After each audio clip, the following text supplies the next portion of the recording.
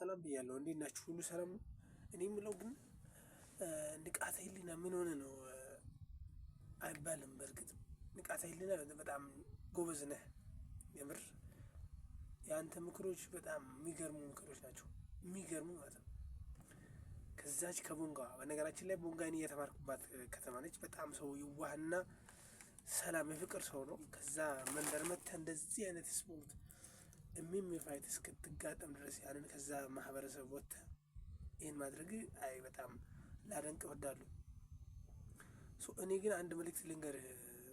አንደኛ በኤምኤምኤ ፋይት ከጀርባ የሚመቱ በሙሉ እዚህ ጋር ከአከርካሪ አጥንት ከዚህ እስከዚህ ባሉት እስከ ጀርባ ያለውን እንትን ፋውል ነው፣ ሙሉ ለሙሉ ፋውል ነው። የፈለከው ጉግል ማፕ ሰርች አድርገው ፋውል ነው። ሰው ይህንን በአንተ አንደበት እንድትናገር ድምጽ እንዲሆኑ ሰዎችም ድምጽ እየሆኑ ነው ያሉት። ስለዚህ አንተም ማበረታት አለብህ። ይሄ ፋውል እንደሆነ መናገር አለብህ። ሌላው ግን ለጆኒ መልእክቴ ምንድነው? ይሄን ልጅ ቃል እንደገባው አድርግለት።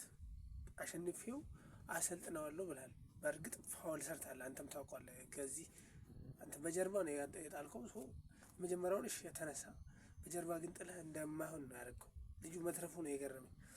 አሰልጥነው ልጁን ኢትዮጵያን ያስጠራልን። እኛ አሰልጥነው እንዳልከው አሰልጥነው።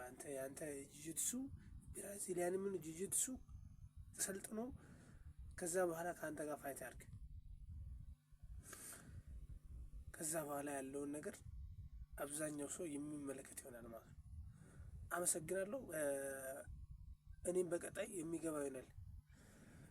በቀጣይ ጠብቁኝ። እኔ